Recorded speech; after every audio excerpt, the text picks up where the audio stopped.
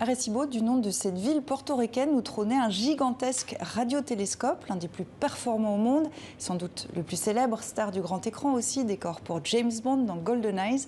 Un formidable outil d'observation donc, qui était le vôtre, Émilie Parent. Bonsoir, merci d'être avec nous. Vous êtes doctorante en astrophysique à l'université McGill de Montréal.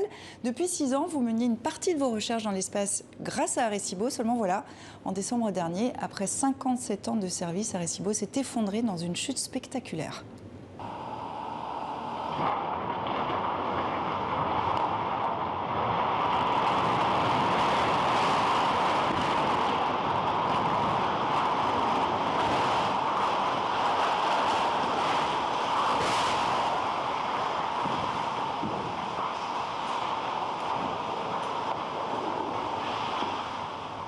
La communauté scientifique dont vous faites partie est en deuil, orpheline. Quand vous voyez cette image, c'est un crève-cœur, j'imagine, c'est la fin d'une prodigieuse aventure?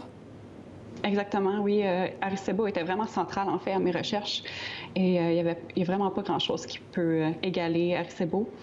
Il y a maintenant le télescope FAST, mais, qui est en Chine. Mais ce télescope-là n'est pas vraiment disponible à la communauté internationale. Donc, c'est vraiment un gros trou que Arecibo laisse derrière lui. Alors, vous preniez régulièrement le contrôle du télescope à distance depuis Montréal pour observer la galaxie. À quoi servait ce télescope? Oui, en fait, il y avait 3 grands domaines de la science qui étaient conduits avec le télescope. L'étude de la ionosphère, aussi monitorer les astéroïdes et les objets planétaires, et finalement l'astronomie. Et moi, c'était vraiment dans l'astronomie que je travaillais, que je travaille toujours. En fait, j'observais des types de cadavres stellaires que l'on appelle des étoiles à neutrons. Et de ces objets-là, il y a des jets de lumière radio qui sont émises. Et lorsque le jet est aligné avec la Terre, on reçoit une pulsation. Donc, c'est un peu à la même façon qu'on observe un phare sur la côte lorsqu'on est sur un bateau. À chaque fois que le jet passe devant nous, on reçoit un pulse. Et avec Arecibo, dans le fond, on cherchait dans notre galaxie pour des pulses comme ça qui venaient d'étoiles à neutrons pour essayer de découvrir plus d'objets comme ça, qui sont vraiment les objets les plus extrêmes. Ça s'appelle des pulsars, hein, je crois. Vos recherches, elles visent quelle application concrète sur Terre? En fait, avec les pulsars, c'est vraiment un type de GPS, si on veut, puisque la pulsation qui vient de ces pulsars-là est très précise. On peut s'en servir comme une espèce de système GPS. Aussi, ils sont utilisés pour, on peut aussi les utiliser comme une espèce de carte, si on veut, pour se positionner, nous, dans la galaxie. Donc, quand on envoyait un message avec Voyager, quand on envoyait le message, on a en fait indiqué la position des pulsars, de la Terre en utilisant des pulsars. Alors comment vous faites maintenant pour poursuivre vos recherches? Là, en fait, on essaie de se tourner vers d'autres télescopes, mais ils n'ont pas la puissance, la sensibilité qu'Arecibo avait.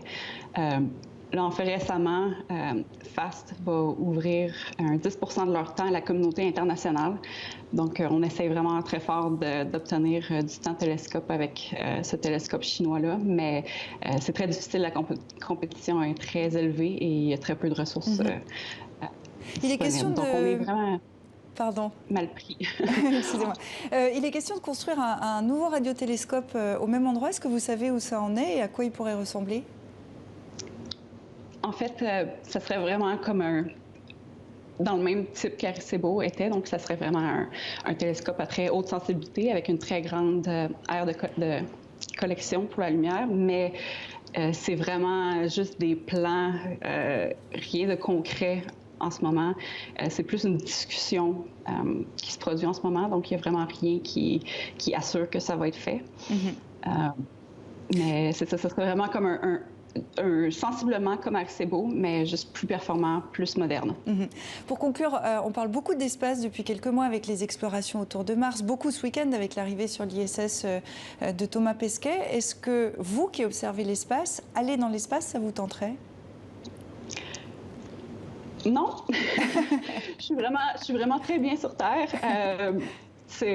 Non, j'aime mieux observer l'espace sur Terre. Je suis sûre que c'est surtout me rendre là-bas et revenir qui me fait plus peur. Une fois dans l'espace, ça doit être vraiment impressionnant et en valoir la peine. Mais non, je vais continuer à rester sur Terre pour observer l'univers. Bon, je vous propose, merci beaucoup d'avoir été avec nous.